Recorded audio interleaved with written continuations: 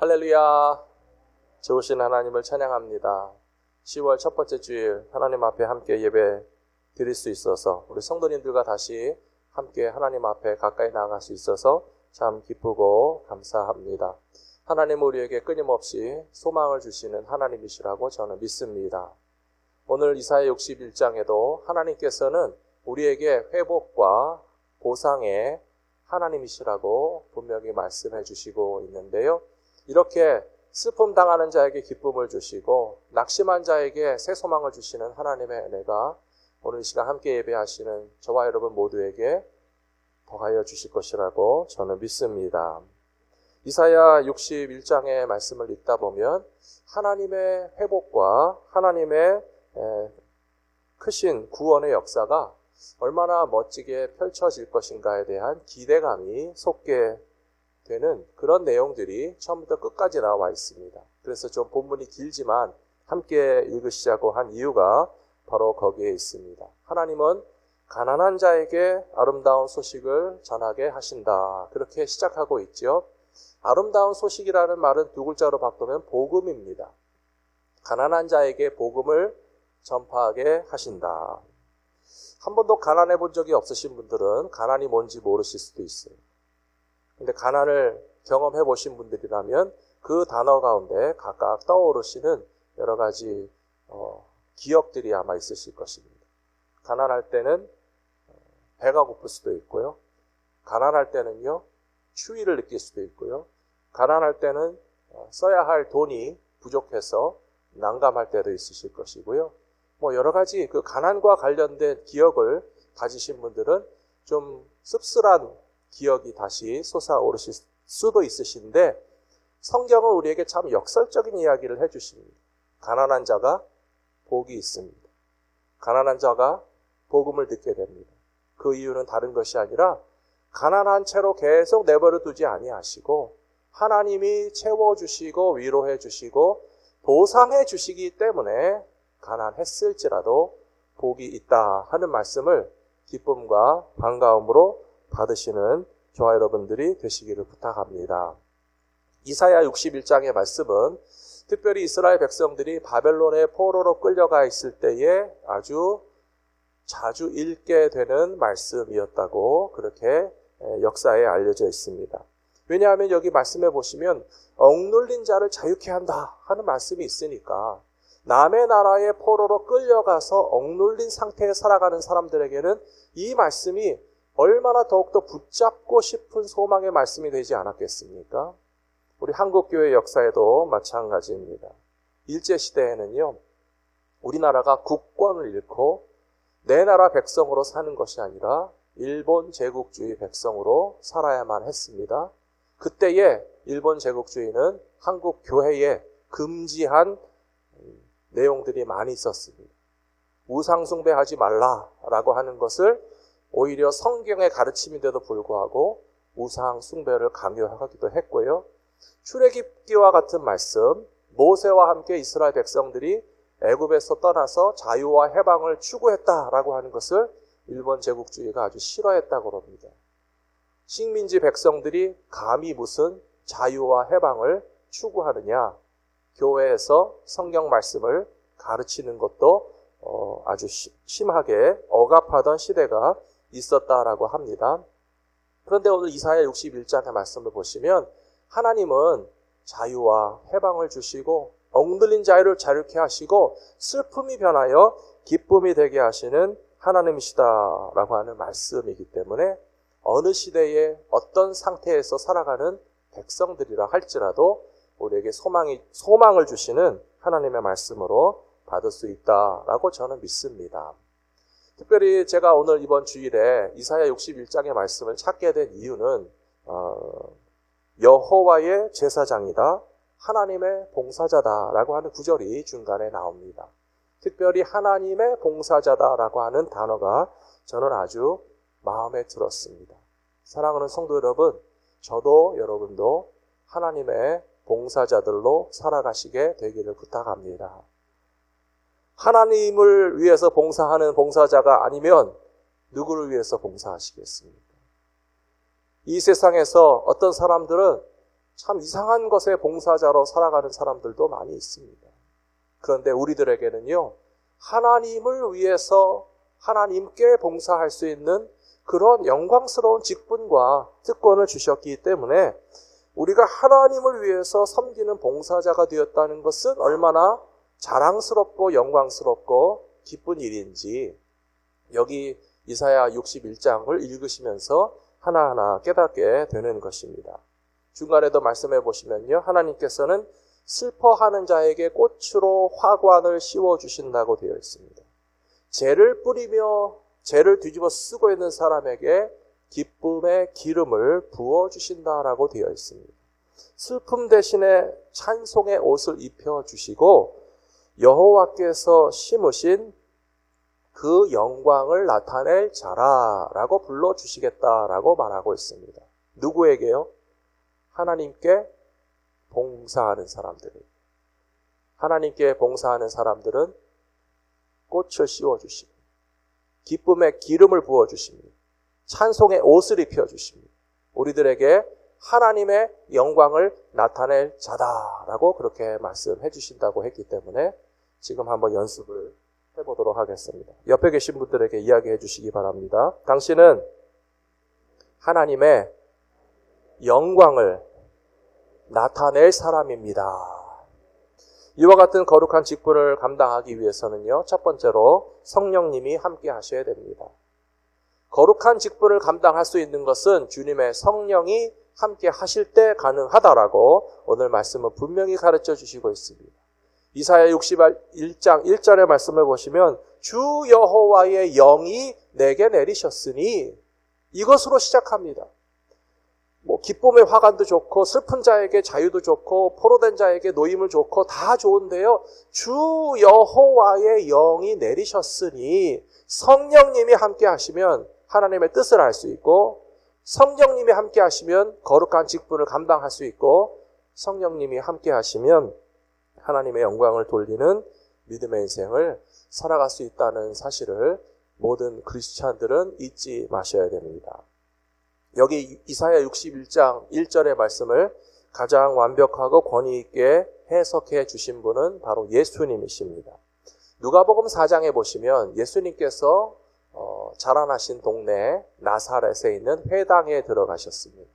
회당에 들어가서 성경 말씀을 읽기 위해서 회당에는 이렇게 성경을 낭독하는 강대상이 있었던 것 같습니다. 성경을 낭독하는 그 낭독자의 자리에 이렇게 딱 서시니까 그 당시에는 성경책이 오늘날과 같은 이런 책으로 되어 있지 않고 두루마리라고 되어 있습니다. 양피지에 양의 가죽 껍질을 얇게 펴고 넓게 해서 그것을 두루마리로 이렇게 만들어서 거기다가 글씨를 쓰는 양피지 성경책이었겠죠. 그래서 그 두루마리가 이렇게 잔뜩 쌓여 있는데 그 중에 오늘 읽어야 될 양피지 성경을 가져다가 예수님에게 딱 드리니까요, 예수님이 그 가운데서도 조금 펼치시고 찾으셔서 읽으신 부분이 바로 딱 여기 말씀이었어요. 이사야 61장 1절의 말씀을 예수님이 펴서 읽으시면서 주님의 성령이 내게 임하셨습니다.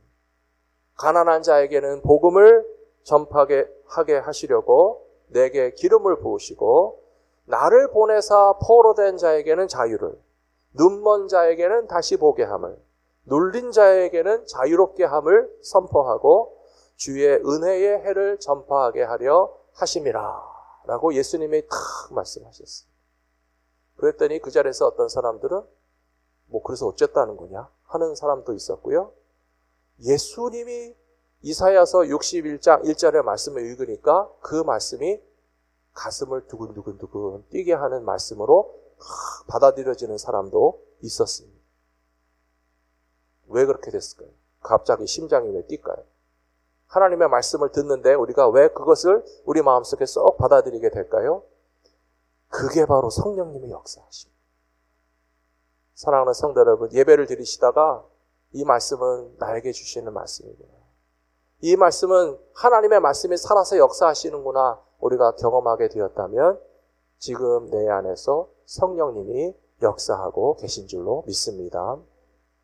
예수님께서 하나님의 아들로서 우리에게 오셔서 가난한 자에게 복음을, 눈먼 자에게 다시 보게 함을, 눌린 자에게는 다시 자유케 함을 허락해 주시려고 바로 예수님이 오셨다라고 하는 사실을 깨닫고 믿게 되는 것이 바로 성령님이 역사하시는 거라고 성경에는 분명히 나와 있습니다. 고린도전서 12장 3절에 보시면 누구든지 성령으로 아니하고는 예수님을 주님이라고 할 수 없다라고 되어 있습니다. 사랑하는 성도 여러분, 성령 받으셨습니까? 지금 성령 충만하십니까? 좀 잘 모르겠는 분도 계시죠? 그런데 성경에서 이렇게 되어 있습니다. 누구든지 성령으로 아니하고는 예수님을 주님이라고 할 수 없다. 그냥 따라하라고 그래서 예수님을 주님이라고 해라 해서 그냥 소리만 따라낸다고 그것이 진정한 우리의 신앙 고백이 되겠습니까? 아니잖아요. 우리 마음 가운데 예수님이 주님이시다 라고 하는 믿음을 가지고 고백하게 되는 것은 성령께서 지금 내 안에서 역사하고 계신다는 것을 의미하는 것입니다. 고린도전서 2장 10절에도 보시면 오직 하나님이 성령으로 이것을 우리에게 보이셨으니 성령은 모든 것 하나님의 깊은 것까지도 통달하시느니라 라고 되어 있습니다. 하나님의 말씀을 들으면서 깨닫고 이해가 되는 것은 그냥 우리가 똑똑하기 때문에 우리가 말을 알아듣기 때문에 그 의미가 해석이 되기 때문이 아니고 성령께서 하나님의 깊은 것을 통달하시고 우리도 그것을 깨닫게 역사하고 계시기 때문에 하나님의 말씀이 내게 주시는 말씀으로 들어와서 박힐 수 있다라고 성경은 이야기하고 있는 것입니다. 사도행전 6장 10절에도 보시면 스데반이 지혜와 성령으로 말함을 그들이 능히 당하지 못했다라고 말하겠습니다. 스데반 집사님이 공부를 많이 했다거나 말을 잘해서가 아니고요. 어떻게 해요? 지혜와 성령으로 말하는 것을 다른 사람들이 감당할 수 없었다라고 되어 있는 것처럼 하나님의 성령이 우리 안에 들어와서 함께 계시면 예수님은 나의 주님이라고 하는 믿음을 가지고 고백하게 되고 성령님의 역사를 통해서 하나님의 뜻을 깨닫게 되고 우리의 말과 행위를 통해서 하나님의 영광을 나타나게 될 줄로 믿습니다. 그래서 오늘 제가 준비해드린 빌립보서 3장 3절의 말씀을 보시면 이런 말씀이 나와 있습니다. 같이 읽겠습니다. 하나님의 성령으로 봉사하며 그리스도 예수로 자랑하고 육체를 신뢰하지 아니하는 우리가 곧 할례파라. 봉사할 때 어떻게 봉사하셔야 된다고요? 하나님의 성령으로 봉사하며. 하나님께 봉사하시는 분들은 하나님의 성령이 함께해 주시고 도와주실 줄로 믿습니다. 그래서 하나님의 봉사자로 살아가게 될 때에 우리에게 꽃도 씌워주시고 기쁨의 기름을 부어주시고 찬송의 옷을 입혀주시고 우리가 아까 서로 이야기하신 게 있잖아요. 하나님의 영광을 나타낼 자다라고 하는 일컬음을 받게 되는 비결은 성령님의 인도하심을 따라 살아가는 사람들이다라고 하는 뜻입니다. 두 번째로 이와 같은 거룩한 직분을 통해서 우리가 하나님께 봉사하고 섬길 수 있는 것이 바로 최고의 영광이라고 오늘 말씀에서 우리에게 가르쳐 주시고 있습니다. 제가 6절 말씀을 읽고 오늘 설교를 준비했습니다. 우리 같이 한번 읽어보겠습니다. 이사야서 61장 6절 말씀입니다. 오직 너희는 여호와의 제사장이라 일컬음을 받을 것이라. 사람들이 너희를 우리 하나님의 봉사자라 할 것이며 너희가 이방 나라들의 재물을 먹으며 그들의 영광을 얻어 자랑할 것이니라. 아멘. 말씀을 계속 보십시오. 지금 이 말씀이 언제 인기가 있었다고 그랬죠? 바벨론의 포로로 끌려가 있을 때 이 말씀이 아주 인기가 있었다고 말씀드렸어요. 이방 나라에 가서 남을 위해서 봉사하고 고생하던 포로와 노예와 같은 사람들에게 거꾸로 될 것이라는 말씀을 주시고 있잖아요. 너희가 오히려 남의 나라의 재물을 받아서 먹고 다른 사람들이 빼앗아갔던 영광을 도로 찾아서 자랑하게 될 것인데 왜 그러냐고요?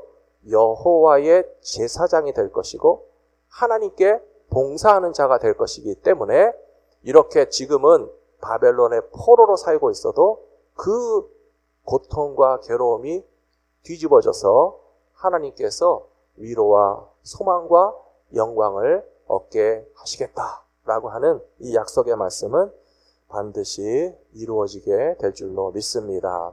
성경에 보시면 이름이 바뀐 사람들이 많이 나옵니다. 최근에 새벽기도회라든지 여러 말씀을 통해서 많이 보셨지만요. 아브라함이라는 사람에게 아브라함이라는 이름을 주셨습니다. 글자가 세 글자가 네 글자 된 게 아니고요. 아브라함이라고 하는 것은 그냥 우리 집안의 어른이라는 뜻이에요. 세 글자. 아브람, 집안의 어른, 큰아버지, 뭐 그런 정도의 뜻입니다. 근데 하나님께서 아브라함이라고 하는 네 글자의 이름을, 한국말로 할 때 네 글자죠. 영어 스펠링 아니고. 이 네 글자의 이름으로 바꿔주시는 이유는 뭐냐 하면요. 열방의 아버지라는 뜻이에요. 집안의 아버지라는 차원과 열방의 아버지라고 하는 차원은 엄청나게 다르지 않습니까? 하나님께서 왜 그냥 집안의 큰 아버지 정도 되는 아브라함에게 열방의 아버지라고 하는 큰 이름을 주셨겠습니까? 너 잘났다는 거 아니에요. 하나님께서 아브라함에게 얼마나 큰 축복을 쏟아 부어주시는지 한 사람의 인생에 쏟아 부어주시는 축복이 나라와 민족들에게 쫙 퍼질 수 있도록 그의 이름을 바꿔주셨다라고 하는 것이, 하나님이 우리에게 이름을 바꿔주시고 하나님께서 우리에게 새로운 직분을 주실 때에는 우리를 특별한 축복의 통로로 사용하시고자 하는 계획이 있으시다는 사실을 믿으시기 바랍니다. 아브라함의 손자였던 야곱도 하나님이 어느 날 이름을 바꿔주셨어요. 뭐라고 이름을 바꿔주셨죠? 이스라엘이라는 이름을 주셨어요. 근데 왜 하나님은 야곱에게 이스라엘이라고 하는 이름을 주셨을까요? 그 단어 뜻을 정확하게 해석해야 됩니다. 하나님과 다투었다라고 하는 뜻은 맞는데요. 하나님이 다투시는 일 가운데서 하나님이 승리하게 하시고 하나님이 다스리시고 하나님이 주장하신다라고 하는 뜻이 담겨져 있습니다. 이스라엘. 엘은 언제나 하나님의 이름을 말하는 것을 알고 계시죠? 그래서 이 엘, 하나님과 다투었는데 하나님이 이기셨고 하나님이 다스리시고 하나님께서 주장하신다라고 하는 의미로서 이스라엘이라고 하는 이름을 주신 것입니다. 이것이 제가 말씀드리는 두 번째 해석의 의미인데요. 만일에 첫 번째 해석의 의미로 해석한다면 사람이 하나님과 싸워서 이겼다. 그 뜻으로서 해결하면 틀리게 됩니다. 야곱이 이스라엘이라고 하는 이름을 감히 가지고서 어디 다니면서 나 이스라엘이다. 나 하나님과 싸워서 이겼다. 얼마나 그 교만하고 어리석고 맞지 않는 의미가 됩니다. 또 지금까지도 이스라엘 나라가 이스라엘이라고 하는 그 나라의 이름, 민족의 이름을 가지고 있는데 그들이 그 단어의 뜻을 가지고서 우리 이스라엘 나라는 하나님과 싸워서 이긴 사람들이다. 우리 이스라엘 민족은 하나님과 싸워서 이긴 사람들이다라고 하는 의미로서 이스라엘이라고 하는 이름을 가진 것이 아니고요. 하나님이 이기셨고 하나님이 주장하시고 하나님이 승리하게 하신다라고 하는 의미로서 해석할 때에 야곱에게 이스라엘이라고 하는 이름을 주신 것의 진짜 의미를 우리가 이해하게 되고 이스라엘 나라와 이스라엘 민족이 우리는 하나님이 주장하시고 하나님이 다스리시고 하나님이 승리하게 하시는 나라와 민족이라고 해석하는 것이 더 정확하다고 저는 봅니다. 사랑하는 성도 여러분, 야곱에게 이런 이름을 주신 것처럼 우리들에게도 새 이름을 주셨습니다.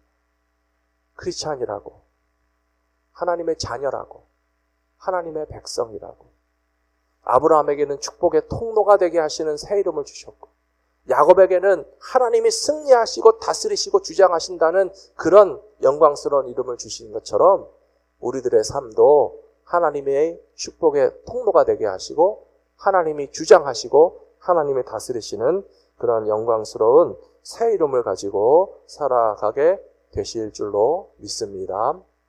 신약에 와서 새 이름을 받은 사람 또 몇 사람 있습니다. 한 사람만 소개하겠습니다. 예수님의 제자 가운데서 시몬 베드로라는 사람이 있습니다. 이 베드로라고 하는 사람의 본래 이름은 시몬이었습니다. 영어로는 사이몬이라고도 하죠.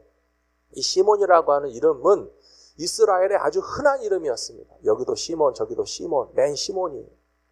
그런 예수님께서 어느 날 시몬에게 너의 이름을 베드로로 바꾸자라고 하셨어요.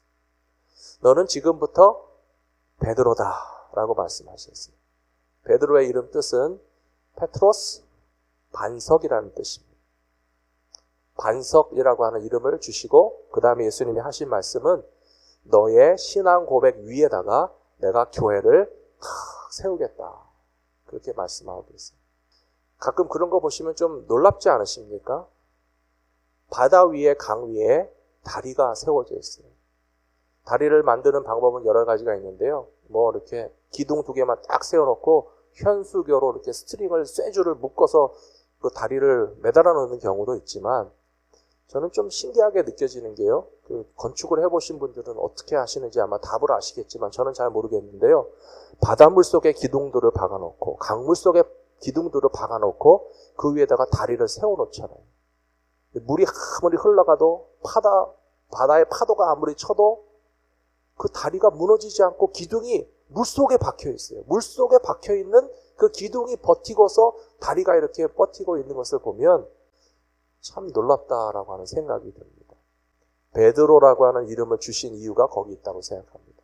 강물이 흘러가도 반석 위에 기둥이 서 있고 그 위에 다리가 서 있고 그 위에 건물이 설 수 있는 것처럼 바다에 기둥을 박아놓고 그 바다에 있는 기둥 위에다가도 다리를 놓거나 건물을 세워놓을 수 있는 것처럼 하나님께서 반석 위에 여러분들을 교회로 세워 놓으셨습니다. 저를 그렇게 하신 것 같이 이런 고백과 믿음을 가지고 살아간다면 우리에게 주신 새로운 이름이 무엇이고 새로운 직분이 무엇인지 이해하시게 될 것이라고 믿습니다. 우리에게 새 이름을 주시고 하나님을 위한 봉사자로 삼아 주셔서 얼마나 영광스러운 직분을 감당하게 하시는지를 오늘 기억하시기 바랍니다. 마지막 3번째로 이와 같이 하나님을 섬기는 봉사자로서 살아갈 때에 우리의 인생에는 최고의 기쁨과 아름다움이 덧입혀지게 된다라고 하는 것을 오늘 이사야 61장에 말씀해 주시고 있습니다. 61장 10절 말씀 보십시오. 같이 한번 읽어보겠습니다. 내가 여호와로 말미암아 크게 기뻐하며 내 영혼이 하나님의 말미암아 즐거워하리니 이는 그가 구원의 옷을 내게 입히시며 공의의 겉옷을 내게 더하심이 신랑이 사모를 쓰며 신부가 자기 보석으로 단장함 갖게 하였습니다. 아멘. 이 말씀 계속 보십시오. 이사야 61장 10절 말씀해 보시면 우리가 하나님 때문에 기뻐하고 즐거워하게 되는 것은 하나님께서 우리에게 구원의 옷을 입혀주실 뿐만 아니라 하나님을 위하여 봉사하는 삶을 살아가게 될 때에 신랑이 사모간대 쓰고 신부가 보석과 아름다운 그런 장식을 하고 살아가는 것처럼 우리의 인생의 최고의 기쁨과 아름다움으로써 하나님께서 입혀주시겠다라고 하는 약속의 말씀이 되는 것이 아니겠습니까? 사랑하는 성도 여러분, 저는 이것이 바로 크리스찬의 삶이라고 생각합니다. 우리가 똑같은 일을 하면서 살아도요, 하나님을 위해서 살 수도 있고 하나님이 아닌 다른 것을 위해서 살 수도 있습니다. 전쟁이 벌어지면요, 물론 양쪽에 다 문제가 있을 수 있지만 이유도 없이 남의 나라를 침략해서 괴롭히고 파괴하고 죽이는 전쟁 범죄자들이 있습니다. 그런데 죄 없는 백성을 이웃 나라가 쳐들어와서 짓밟고 괴롭힐 때에 내 나라를 지키겠다고 목숨을 걸고 싸우시는 분들이 있습니다. 전쟁의 상황을 놓고 보면요, 똑같이 총을 쏘고 포를 쏘고 파괴하면서 피 흘리면서 싸우지만 남을 괴롭히는 사람은 전쟁 범죄자이고 내 나라와 내 민족을 지키는 사람은 국가 유공자로서 애국자요 나의 백성들을 살리기 위해서 희생하시는 고귀하고 거룩하신 분들이라는 것입니다. 전쟁의 상황만 놓고 보지 마시고 우리가 어떻게 살아가는가. 세상의 악한 일을 위해서 살아가면 범죄자가 되는 것이고요. 하나님을 위한 봉사자로 살아가면 우리의 인생을 가장 영광스럽게 만들어 주실 것이라고 저는 믿습니다. 최근에 제가 어떤 기사를 봤는데요. 한국의 여자 의사 선생님이 상을 받으셨다고 합니다. 그 여자 의사 선생님이 상을 받으신 이유는 가난한 노숙인들을 주로 치료하는 병원에서만 계속 일하셨기 때문에 그분의 희생과 공로가 너무 귀하고 아름다워서 상도 드리고 상금도 드리는데요. 이 의사 선생님을 제가 보니까요, 상을 많이 받으셨어요. 여러 봉사, 사회 봉사에 관련된 그런 시상을 많이 하시고 상금도 많이 받으셨는데요. 그동안 몇억 원을 받으셨다고 그래요. 근데 그 몇억 원 받은 것이 다 노숙인 치료를 위해서 쓰임 받았고, 혹은 젊은 노숙자들이 공부하고 싶다며 학비도 대주고, 가난한 노숙자가 병원에서 치료는 받았지만 집에 방 월세 낼 돈도 없는 사람은 집 월세 생활비까지 대주는 돈으로 다 쓰셨다는 거예요. 저는 이분이 크리스찬이라는 게 너무 감사합니다. 대학교 때 청량리에 있는 다일 공동체 가서 배식 봉사도 하고 행렬병자, 노숙자 치료하는 봉사를 의대를 다닐 때 봉사하다가 그런 느낌이 들었다고 해요. 비가 내리는데 노숙자가 밥 한 그릇을 받아놓고 흙탕물이 튀기는 그 밥을 드시고 계시더라고요. 똑같은 인간인데 왜 저분들은 저렇게 길거리에 앉아서 흙탕물이 튀는 밥을 얻어 먹어야 되고 온몸에 병든 것을 제대로 치료받지 못해서 저렇게 고통 중에 살아가야만 할까라고 생각하고 의대를 졸업하고 의사 자격증을 따고 청량리에서 사역하시는 최일도 목사님과 함께 다일 천사병원이라고 하는 무료 병원을 설립하는 그런 공동 설립자로 시작해서 의사의 생활을 평생토록 여태까지 20여 년 동안 가난한 사람들을 치료하는 일로만 생활해 왔다라고 신문 기사에 소개된 것을 보았습니다. 이분이 크리스찬으로서 하나님의 마음을 가지고 가난한 환자들을 고치는 일을 위해서 봉사하는 삶을 살아간다라고 하는 것이 얼마나 아름다운 일인가 하는 것을 보시면서 우리들에게도 하나님은 영광스러운 인생으로 만들어 주실 줄로 믿습니다. 이사야 61장 3절에도 보시면 이런 말씀이 나와 있습니다. 무릇 시온에서 슬퍼하는 자에게는 화관을 주신다. 앞에서 우리 보신 말씀이죠. 죄를 대신해서 기쁨의 기름으로, 슬픔을 대신하여 찬송의 옷으로 또 하나님의 영광을 나타낼 자라 일컬음을 받게 하실 것이다 하는 말씀이 다른 사람에게 주시는 말씀이 아니라 오늘 우리에게, 오늘 나에게 주시는 말씀으로 기억하시면서 나는 이제로부터 하나님을 위한 봉사자로 살아가리라 다짐하고 살아가시는 저 여러분 모두가 되시기를 부탁합니다.